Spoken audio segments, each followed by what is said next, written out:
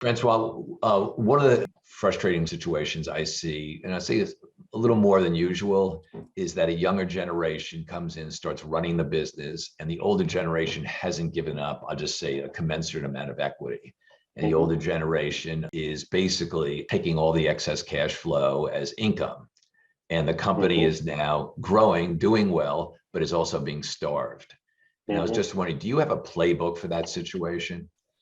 Yeah, I think that's, in fact, we're involved in a very similar situation that you just described, which is interesting.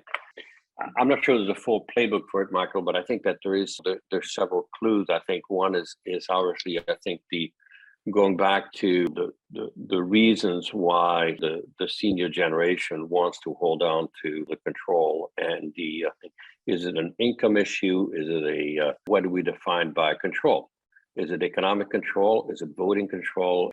And as you know, often it's just psychological. So I think engaging in a dialogue with that generation and said, okay, you're, first of all, I think you're hurting your estate planning quite a bit. So what are the motivations as to why you would maintain that ownership?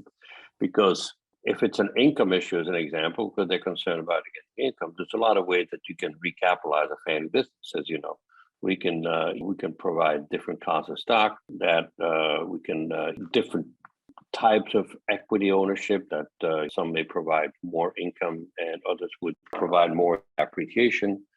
So again, I keep going back to the same, but really trying to understand what the motivation are behind their desire to keep the control. The other thing I would say also, Michael, I think in the management of the patient capital of the family, when you have an older generation that still have one, I think finding a place for that generation to go is as important. And what I mean by that is basically that when you set up an advisory board, where you set up some kind of a place, and it's very hard for particularly older generation that have been involved in the management of the business to let go. You got to find a place where they have a role to play, and that I keep using the analogy of Indian or the sage man, and you have the Indians that are doing the work, and you have a council of elderly that basically are, I think, that thing I think often can unlock that issue about control for the senior generation. So if it's income, if it's a matter of providing income, there's a lot of ways that can be provided without really having the control. To just they're afraid of letting go, which often seniors do. Find a place for them to be heard.